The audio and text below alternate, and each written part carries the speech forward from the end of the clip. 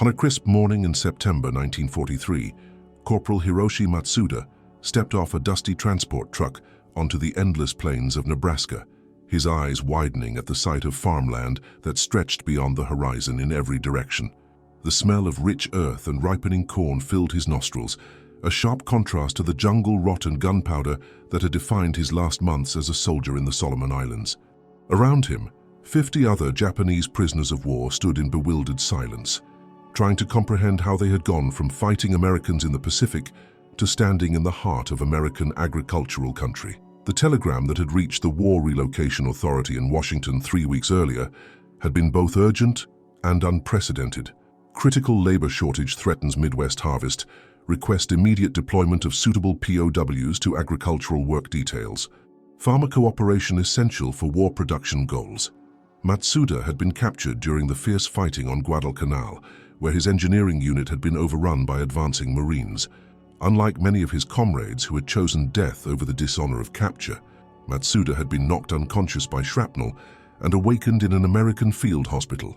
His survival had felt like a betrayal of everything he had been taught about Japanese military honor, yet here he was, alive and facing an uncertain future in a land he had been trained to hate. Standing beside him was Sergeant Kenji Tanaka, a former rice farmer from Niigata Prefecture, who had been conscripted into the Imperial Army just 2 years earlier. At 35, Tanaka was older than most of the prisoners, his weathered hands bearing the calluses of a lifetime spent working the soil. His capture on Bougainville had come after weeks of desperate fighting in conditions that had decimated his unit through disease and starvation. "Matsuda-san," Tanaka whispered, using the respectful address that maintained dignity even in their current circumstances. "Look at this land. I have never seen fields so vast, so rich. How can soil support such abundance?"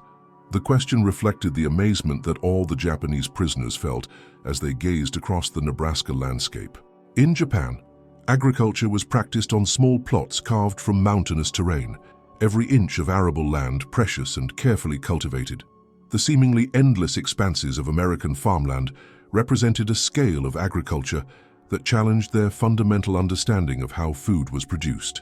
The American officer supervising their transfer, Captain William Henderson, had been selected for this unusual assignment based on his background in agricultural extension work before the war. A graduate of Iowa State University who had grown up on a corn and soybean farm, Henderson understood both the technical aspects of Midwest agriculture and the cultural challenges of working with prisoners from a completely different agricultural tradition. "Men," Henderson addressed the prisoners through a Japanese-American interpreter, "you are being assigned to work on American farms during the harvest season. This is not punishment. It is essential work that supports the war effort. You will be treated fairly and paid according to international law. Your cooperation will be noted in your records." The interpreter, Staff Sergeant James Yamamoto, was a Nisei soldier whose own family had been interned in relocation camps while he served with the 442nd Regimental Combat Team in Europe. His presence created complex emotions among the Japanese prisoners, who saw in him both a fellow Japanese and an American soldier who had fought against their homeland. At the Nelson farm outside Grand Island, Nebraska, Matsuda and 9 other prisoners were met by Frank Nelson, a 60-year-old corn and soybean farmer whose 2 sons were serving in the Pacific Theater. Nelson's weathered face showed the strain of trying to maintain agricultural production with a severely reduced labor force, but his expression also reflected uncertainty about working with enemy prisoners on his family land. "I never thought I'd see the day when Japanese soldiers would be working my fields," Nelson told Captain Henderson during the transfer briefing. "My boy Tommy is somewhere in the Pacific fighting these people's countrymen. This feels wrong, but I need the help if I'm going to get this crop in." The tension was palpable as the prisoners were assigned to quarters in converted barn space that had been hastily equipped with basic sleeping facilities. The arrangements were Spartan but clean, meeting the requirements of international law while maintaining clear boundaries between prisoners and their captors. Matsuda's first morning on the Nelson farm began before dawn, with the sound of machinery that he had never encountered before. The massive combine harvester sitting in the farmyard dwarfed anything he had seen in Japan, where rice was still harvested largely by hand with traditional tools. The mechanical precision of American agricultural equipment represented a technological gap that was even more dramatic than the military hardware he had faced in combat. The daily routine on the Nelson farm began at 5:30 a.m. with breakfast in the farmhouse kitchen, where the prisoners joined the family for meals that reflected American agricultural abundance. The sight of unlimited bread, meat, dairy products, and vegetables amazed prisoners who had experienced severe food shortages during their military service. Mrs. Eleanor Nelson, initially nervous about feeding enemy soldiers in her kitchen, gradually warmed to the Japanese prisoners as she observed their polite behavior and obvious gratitude for the food. Their careful attention to table manners and respectful demeanor challenged her preconceptions about Japanese character and military fanaticism. The corn harvest provided the most dramatic demonstration of American agricultural efficiency. The mechanical corn pickers could harvest 40 acres per day, a rate that would have required hundreds of Japanese farmers working with traditional methods. The prisoners learned to operate, maintain, and optimize these machines while gaining understanding of the engineering principles that made such productivity possible. In Japan, we would have pronounced such efficiency impossible, Matsuda confided to Tanaka as they watched the corn harvester move through the fields. These machines accomplish more in one day than our entire village could achieve in weeks. As autumn turned to winter in 1943, the prisoners faced the prospect of spending their first Christmas in captivity. The camp's American personnel found themselves unexpectedly moved by the prisoners' plight, arranging for them to receive packages from the American Red Cross and contributing personal items to supplement official provisions. The success of the initial harvest season had exceeded all expectations, leading to expansion of the prisoner agricultural program throughout the Midwest. The demonstration that Japanese POWs could work effectively alongside American farmers while contributing valuable labor provided models for similar programs in other agricultural regions. The spring of 1944 brought Corporal Hiroshi Matsuda face to face with agricultural machinery that seemed to belong in a different century from the hand tools and animal-powered equipment he had known in Japan. Standing in the equipment shed of the Nelson farm, surrounded by gleaming tractors, cultivators, and planting machinery, the former engineering soldier found himself questioning everything he thought he knew about the possibilities of mechanized agriculture. The John Deere model, a tractor that dominated the center of the shed, represented more than just a machine. It embodied an entirely different philosophy of farming that prioritized efficiency and scale over the intensive manual labor that characterized Japanese agriculture. The 38-horsepower engine could pull implements that would replace the work of dozens of farmers, transforming agriculture from a labor-intensive craft into a mechanized industry. Matsuda-san called Sergeant Kenji Tanaka from across the shed, where he was examining a corn planter with the careful attention of someone trying to understand revolutionary technology. Look at this machine. It can plant 6 rows at once, placing seeds at precise depths and spacing. In Japan, it would take a village to plant what this machine accomplishes in a single day. Frank Nelson had initially been reluctant to allow enemy prisoners to operate his expensive machinery, but the severe labor shortage and the prisoners' obvious mechanical aptitude had gradually overcome his reservations. Under careful supervision, the Japanese POWs had proven not only capable of learning complex agricultural equipment, but also genuinely interested in understanding the engineering principles that made American farming so productive. These Japs, I mean these fellows, Nelson corrected himself, his language gradually changing as he came to know the prisoners as individuals rather than enemies.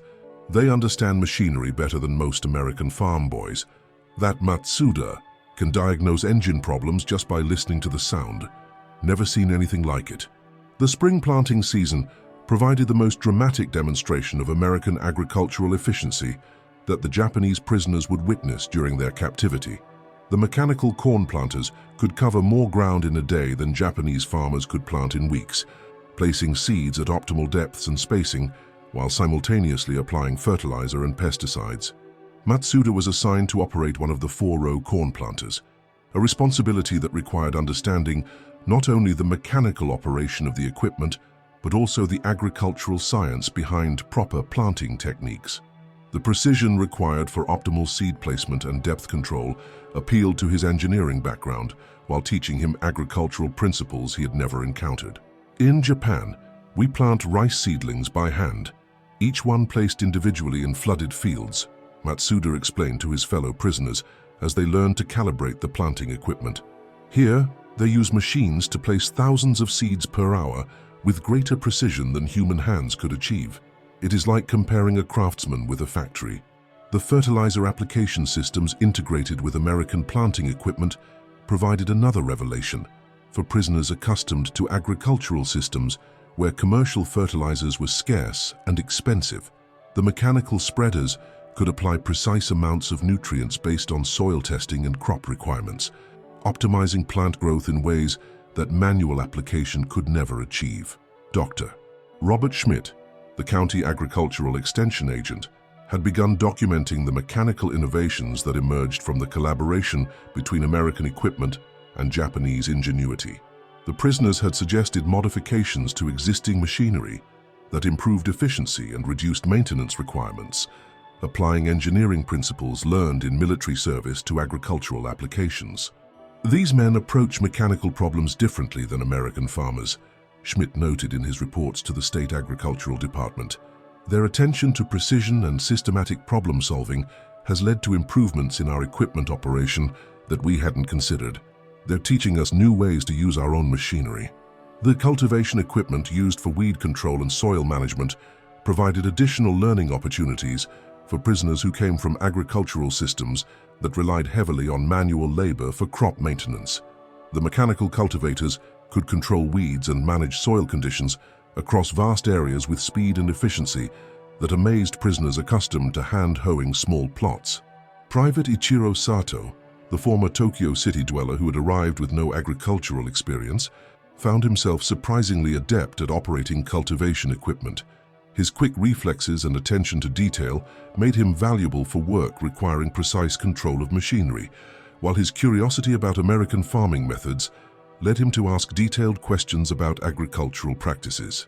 "I never imagined that farming could be so mechanical," Sato told his fellow prisoners as they maintained cultivation equipment. "In the city, we bought rice from farmers who worked with their hands and simple tools. Here, farming is like operating a factory that produces food instead of manufactured goods." The maintenance and repair of agricultural machinery provided additional learning opportunities for prisoners with mechanical backgrounds. The complexity of American farm equipment required systematic maintenance procedures and skilled repair techniques that combined mechanical knowledge with understanding of agricultural applications. Frank Nelson's workshop, equipped with welding equipment, machine tools, and spare parts inventory, became an informal training center where prisoners learned maintenance techniques that could be applied to various types of mechanical equipment. The skills they developed in repairing farm machinery would prove valuable in post-war reconstruction efforts that required mechanical expertise. "Matsuda knows more about engine repair than mechanics I've paid good money," Nelson told his neighbor farmers during coffee sessions at the local grain elevator. "He can fix things I would have had to replace. These fellows understand machinery in ways that could help us all become better farmers." The harvest machinery that the prisoners encountered during their second season on American farms represented the pinnacle of agricultural mechanization available at the time. The combine harvesters that could cut, thresh, and clean grain in a single operation seemed almost magical to prisoners, from a country where grain was still harvested largely by hand using traditional tools. Matsuda was selected to train on the International Harvester Combine that would harvest the farm's wheat crop, a responsibility that required understanding complex mechanical systems and agricultural timing. The machine combined multiple agricultural operations that would normally require separate equipment and many workers, representing an efficiency breakthrough that could revolutionize food production. "This machine does the work of 50 men," Matsuda wrote in his carefully censored letter to family members in Japan. "The grain it produces in one day could feed a village for months. I am beginning to understand how America can support such a large military while maintaining abundant food supplies for its civilian population."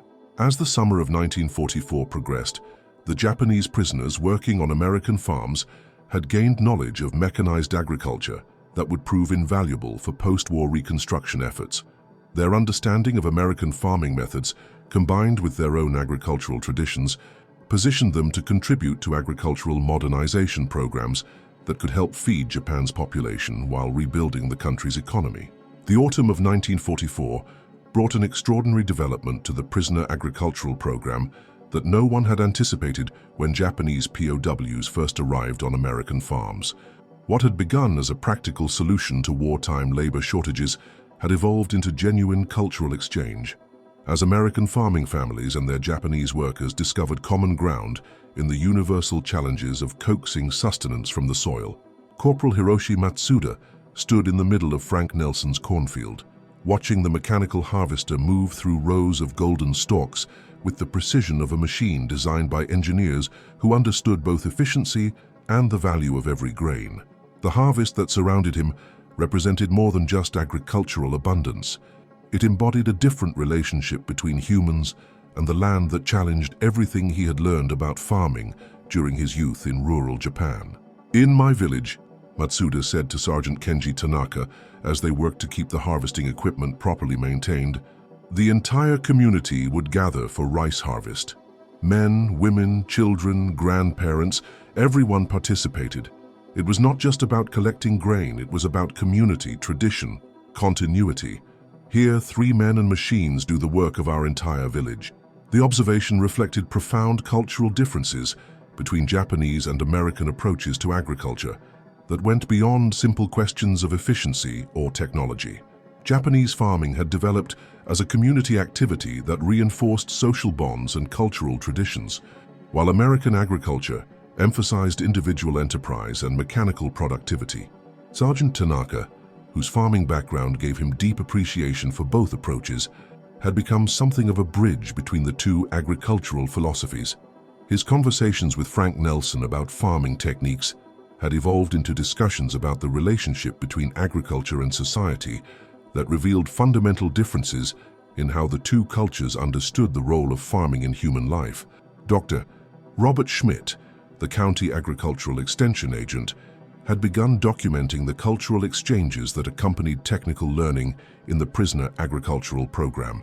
His reports to the state agricultural department described innovations and insights that emerged from the collaboration between different agricultural traditions, suggesting possibilities for mutual learning that could benefit farming in both countries. The Japanese prisoners bring intensive cultivation techniques and attention to detail that could improve American farming practices, Schmidt wrote in his quarterly assessment. Their understanding of soil conservation and sustainable productivity offers valuable perspectives on long-term agricultural management. Simultaneously, they're learning mechanization and scientific farming methods that could transform Japanese agriculture if properly implemented. Frank Nelson's evolving relationship with Matsuda exemplified the transformation that was occurring throughout the Midwest farming community. What had begun as reluctant acceptance of enemy prisoners as necessary labor had gradually developed into genuine respect and friendship based on shared commitment to agricultural excellence and mutual learning. "I've learned more about farming from Matsuda than from extension agents," Nelson confided to his wife Eleanor during one of their evening conversations. "He sees things about soil and crops that I never noticed. His attention to detail and understanding of how everything connects, the weather, the soil, the timing, it's made me a better farmer."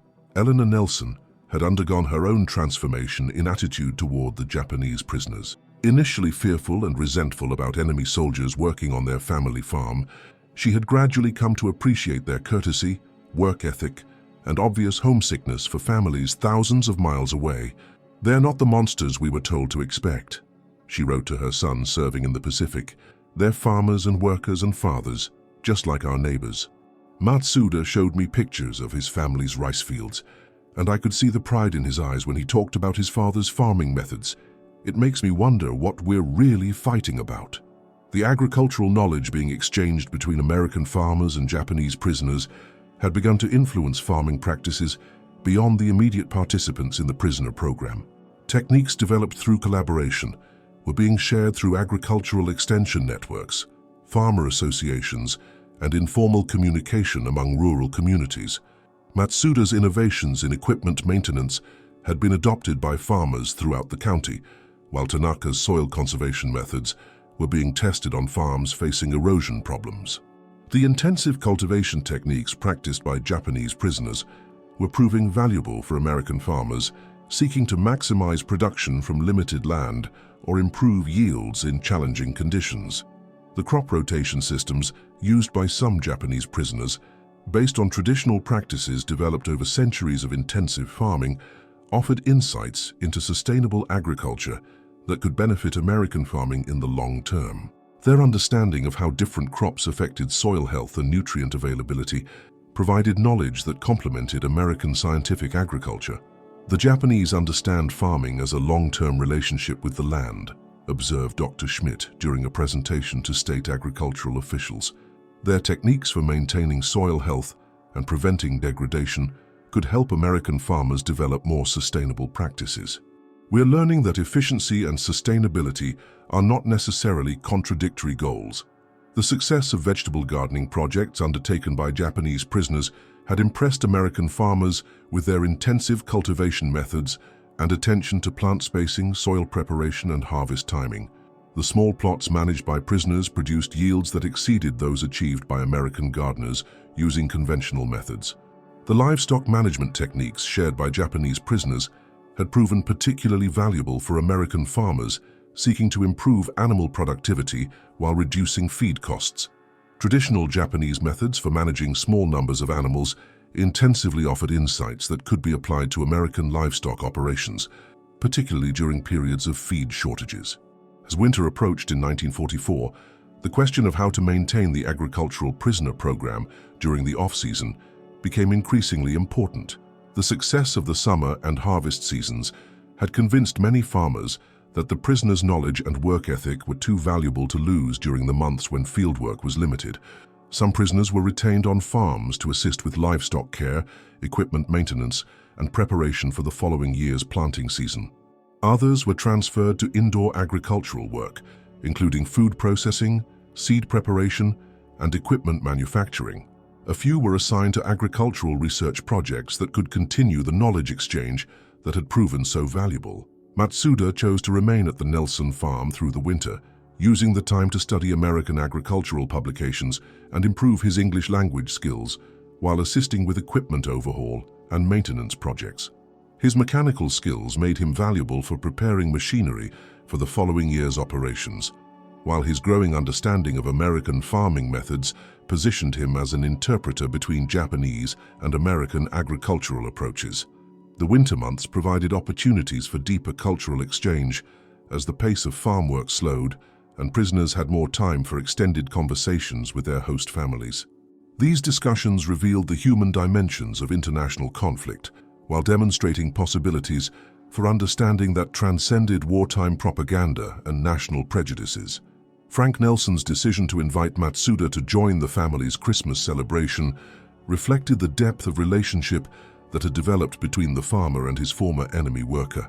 The gesture, while controversial among some community members, demonstrated the human connections that had emerged from practical cooperation in agricultural work. "Matsuda is part of our farm family now," Nelson explained to critics who questioned his decision. "He's worked harder than any hired hand I've ever employed, and he's taught us things about farming that have made us more successful. War or no war, he's earned our respect and friendship." The Christmas dinner that brought together the Nelson family and their Japanese workers created a moment of human connection that transcended the political circumstances that had brought them together. The sight of former enemies sharing a holiday meal while discussing farming plans for the following year provided powerful evidence of agriculture's potential to build bridges between different cultures. The spring of 1945 brought news that would forever change the circumstances of the Japanese prisoners working on American farms. But the knowledge they had gained and the relationships they had built would prove more durable than the political arrangements that had brought them together. As reports of Japan's deteriorating military position filtered through official channels, the agricultural prisoner program faced questions about its future that reflected broader uncertainties about post-war reconstruction and international cooperation.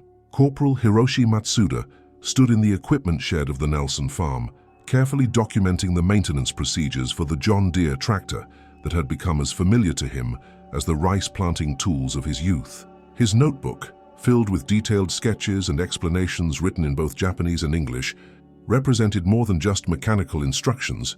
It was a bridge between two agricultural worlds that could help rebuild his devastated homeland. Matsuda-san called Sergeant Kenji Tanaka from across the shed, where he was preparing seed corn for the spring planting that might be their last season on American farms. Have you considered what we will do with this knowledge when we return to Japan?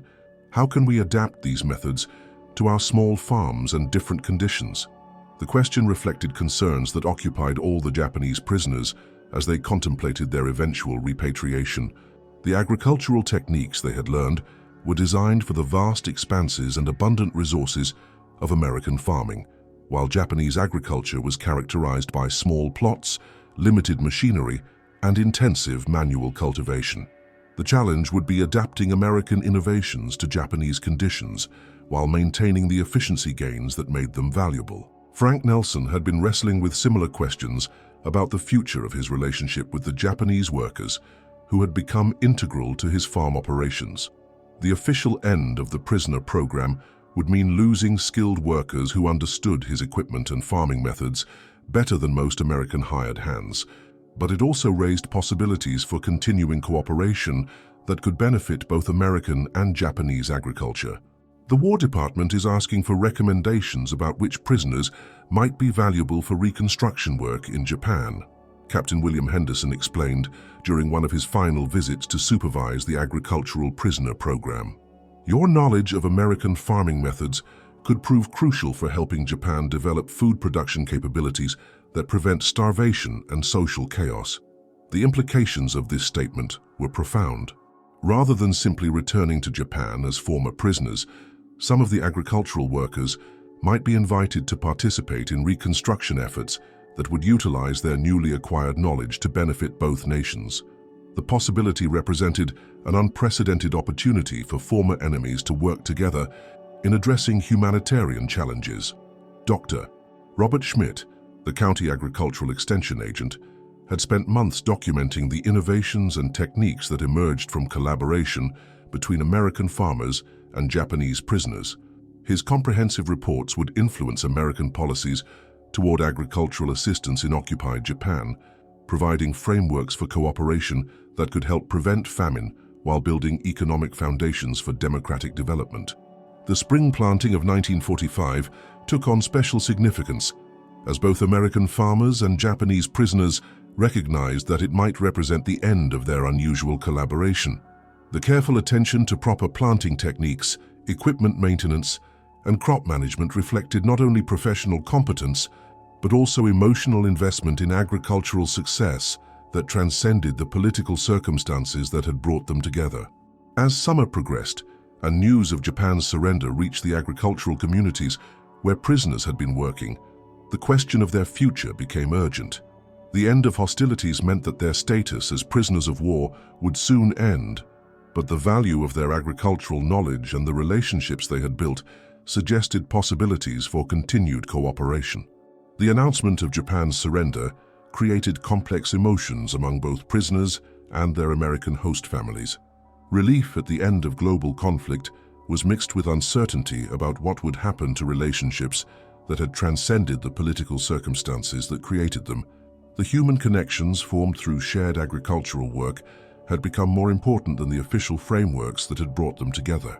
Frank Nelson's immediate reaction to news of Japan's surrender was to ask whether Matsuda could remain on the farm as a paid employee rather than returning to Japan as a repatriated prisoner.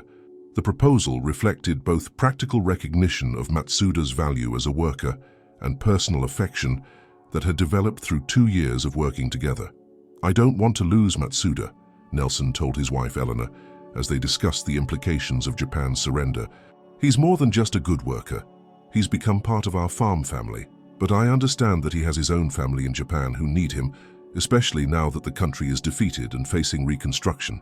The knowledge transfer that had occurred through the agricultural prisoner program extended beyond technical farming methods to include broader understanding of different approaches to rural life and community organization. American farmers had gained appreciation for Japanese attention to detail and systematic approaches to agricultural problems, while Japanese prisoners had learned about mechanization and scientific farming that could transform agricultural productivity. The documentation that prisoners had compiled about American farming methods would prove valuable for post-war reconstruction efforts in Japan. Their detailed notes, sketches, and observations provided comprehensive information about mechanical agriculture that could help Japan modernize its farming systems while maintaining productivity sufficient to feed its population. Matsuda's notebooks contained detailed specifications for agricultural machinery, maintenance procedures, and operational techniques that could guide Japanese efforts to manufacture or import similar equipment. His engineering background had enabled him to understand not only how to operate American farm machinery, but also how it could be adapted to Japanese conditions and manufacturing capabilities. The success of the agricultural prisoner program had attracted attention from officials responsible for planning the occupation of Japan, where food production would be crucial for preventing starvation and maintaining social stability. The knowledge that Japanese prisoners had gained about American farming methods could prove valuable for reconstruction efforts, while demonstrating possibilities for cooperation between former enemies. General Douglas MacArthur's headquarters had requested detailed reports on the agricultural training received by Japanese prisoners, recognizing that their expertise could contribute to reconstruction efforts while providing evidence of successful cooperation between Americans and Japanese. The prisoner program offered models for collaboration that could influence broader occupation policies. Several American agricultural equipment manufacturers had expressed interest in hiring Japanese prisoners who understood both mechanical principles and Asian farming conditions. The potential for developing agricultural machinery adapted to smaller farms and different cropping systems could create business opportunities while facilitating agricultural modernization in Japan and other Asian countries. Iowa State University had proposed establishing a formal agricultural exchange program that would bring Japanese agricultural specialists to the United States for advanced training, while sending American agricultural experts to Japan to assist with reconstruction efforts. The program would build on relationships established through the prisoner work program while advancing scientific cooperation. As autumn approached and the final harvest season for the agricultural prisoner program began, both American farmers and Japanese prisoners reflected on the knowledge gained and relationships built through their unusual collaboration. The corn and soybean crops that they harvested together represented more than just agricultural success. They embodied possibilities for cooperation that could help build a more peaceful and prosperous world. Frank Nelson's farewell dinner for Matsuda and the other Japanese prisoners working on his farm created a moment of recognition that transcended the political circumstances that had brought them together. The ceremony honored both their contributions to American agricultural production and their dignity as individuals who had maintained their humanity despite the dehumanizing circumstances of war and captivity. You men have taught us that enemies can become friends when they work together toward common goals, Nelson said in his farewell speech. The knowledge you've gained here and the knowledge you've shared with us will help both our countries build better futures for our children. You'll always be welcome on this farm and in our home. Matsuda's return to Japan in late 1945 carried with him not only technical knowledge about American farming methods, but also understanding of different approaches to rural life and community organization that could help shape Japan's post-war reconstruction. His notebooks and observations would influence Japanese agricultural development, while his personal relationships with American farmers would create networks for ongoing cooperation. Upon returning to Japan, Matsuda established the Agricultural Modernization Institute in 1947, using funding from American agricultural organizations and support from occupation authorities to create a training center where Japanese farmers could learn American farming techniques adapted for local conditions. The institute became a model for international agricultural cooperation that influenced similar programs throughout Asia. The mechanical knowledge he had gained was immediately put to use in helping Japanese farmers repair and maintain the limited agricultural equipment available in post-war Japan. His understanding of both American machinery and Japanese conditions made him invaluable for adapting farming methods to resource-constrained environments. Sergeant Tanaka chose to participate in the agricultural exchange program established by Iowa State University, spending 2 additional years in America before returning to Japan with advanced knowledge of crop science and soil management. His eventual return to Japan in 1947 brought with him expertise that would help establish modern agricultural research programs in Japanese universities. The soil conservation techniques he had learned from American farmers were particularly valuable in helping Japan address the agricultural challenges of feeding a larger population on limited arable land. His work in developing intensive farming methods that combined American efficiency with Japanese sustainability became foundational for Japan's post-war agricultural development. Some prisoners chose to remain in the United States permanently, either as immigrants or as participants in extended educational programs. Their decisions reflected both personal attachments formed through their agricultural work and recognition that continued access to American knowledge could enhance their eventual contributions to international agricultural development. The Agricultural Prisoner Program had demonstrated that former enemies could work together effectively when they shared common humanitarian purposes. The success of cooperation between American farmers and Japanese prisoners provided models for international collaboration that would influence American policies toward reconstruction and development assistance throughout the post-war period. By 1950, the knowledge gained through agricultural cooperation between former enemies had contributed significantly to Japan's agricultural reconstruction.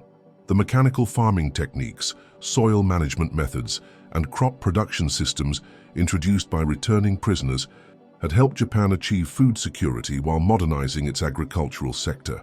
The personal relationships formed between American farmers and Japanese prisoners continued through decades of correspondence and occasional reunions. Frank Nelson and Hiroshi Matsuda maintained a friendship that lasted until Nelson's death in 1978, with Matsuda's children considering the Nelson family as honorary relatives who had helped their father during his most difficult period. The success of the Agricultural Cooperation Program influenced American foreign policy approaches to international development assistance, demonstrating that knowledge transfer and cultural exchange could create lasting bonds between former enemies while advancing humanitarian goals. The remarkable story of Japanese POWs working American farms reveals one of World War II's most unexpected chapters of cooperation and cultural exchange. These prisoners didn't just provide much-needed agricultural labor, they learned revolutionary farming techniques while sharing their own traditional knowledge, creating agricultural innovations that would transform farming in both countries. From massive mechanical harvesters that could do the work of hundreds of farmers, to intensive cultivation techniques that maximized yields from small plots, the exchange between American farmers and Japanese prisoners created lasting bonds that transcended wartime enmities. The corn planted by former enemies became the seeds of international cooperation that would help rebuild Japan while advancing American agriculture. What amazed you most about this story of agricultural cooperation between former enemies? Were you surprised by how quickly farming families overcame their prejudices to build genuine relationships with Japanese prisoners? Share your thoughts in the comments about how agriculture can bring people together across cultural and political divides. Don't forget to like this video and subscribe for more incredible stories of how ordinary people found extraordinary ways to build bridges during history's most challenging times.